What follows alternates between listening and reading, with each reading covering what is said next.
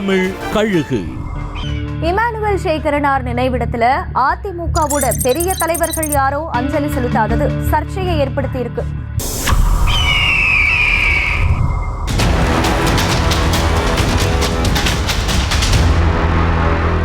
ராமநாதபுரம் மாவட்டம் பரமக்குடியில இருக்கிற இமானுவேல் சேகரனாரின் நினைவிடத்துல துணை முதல்வர் உதயநிதி ஸ்டாலின் உள்ளிட்ட முக்கிய கட்சிகளோட தலைவர்கள் அஞ்சலி செலுத்தினாங்க.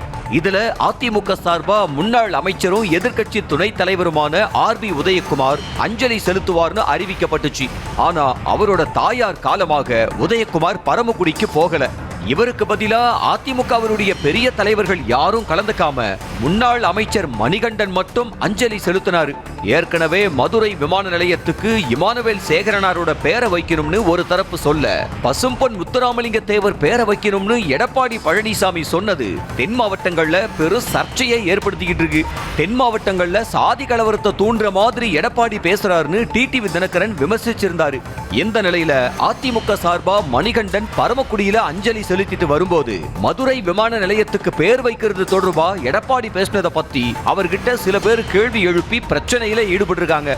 அவர் எதுவும் சொல்லாம அங்கிருந்து நகர்ந்துட்டாரு.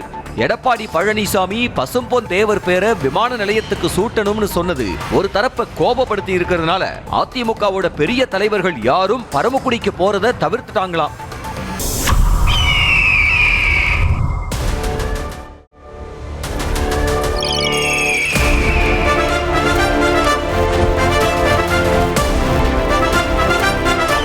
நியூஸ் தமிழ் கழுகு.